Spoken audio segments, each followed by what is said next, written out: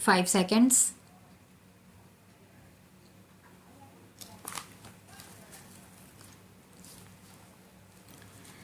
Sir, I express my gratitude to the honorable members for the keen interest they had taken in the whole matter and for the many valuable suggestions they have made. Unfortunately, in the limited time at my disposal, I will not be able to refer to every point which has been raised by the honorable members, but I can assure the House through you that all the suggestions which have been made will be given full consideration by the government. I would like to take up some common points which have been stressed by a very large number of my honorable friends here. The first point that has been stressed by a very large number of members deals with the question of the care of expectant mothers and the care, and particularly the nutritional care of smaller children up to the age of 6. There is no doubt that this is the most important period in the life of any human being, and any lack of effort in this age group can have very serious consequences when the child grows into adulthood.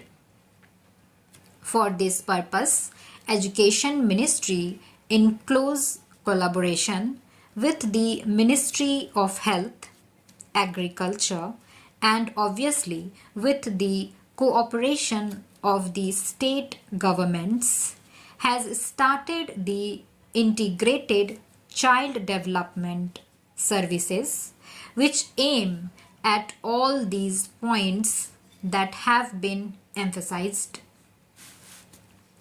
The concept of integrated child development services has been explained by us before, but I would crave your indulgence to explain again in a few minutes the main concept of the integrated child development services. It starts with the question of nutrition and health care of expectant mothers. Then there is a full-fledged program of immunization which certainly includes the triple vaccination. Along with this, there is the question of regular health checkup, referral services, nutrition supplementing measures, and the diet and preschool, non-formal and informal education. We consider it absolutely essential that children of the age group 3 to 6, and particularly those belonging to the weaker sections of the community, should be provided with such care so that they can develop proper attitudes and motivations, and also their character formation is influenced in a healthy direction. For this purpose, we propose to set up centers as far as possible in close proximity of a primary school to involve elder children, especially girls, to participate in the looking after of the younger babies as a part of their work experience. It would provide them with adequate training to learn about how to look after children and younger babies. It would also provide assistance to the center's workers, and a full-fledged training program of the workers has been undertaken. Because this was a new scheme and because it involved the cooperation of a very large number of agencies, it was felt that let the systems be worked out in a small number of blocks, and we have chosen 35 blocks. 20 of these are rural blocks, 10 are in tribal areas, and 5 in urban slums.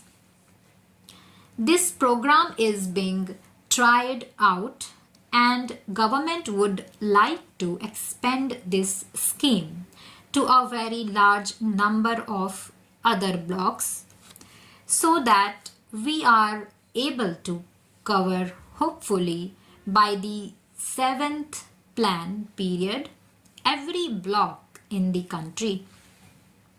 This is an important scheme whereby the problems of the rural children and the children belonging to the weaker sections of the community would be looked after from the point of view of health, from the point of view of immunization, and from the point of view of what may be called preschool education or attitude formation, and so on. This program, I am glad to say, has evoked proper response. We invited the medical colleges, and I am glad to say that 27 medical colleges have responded to our invitation.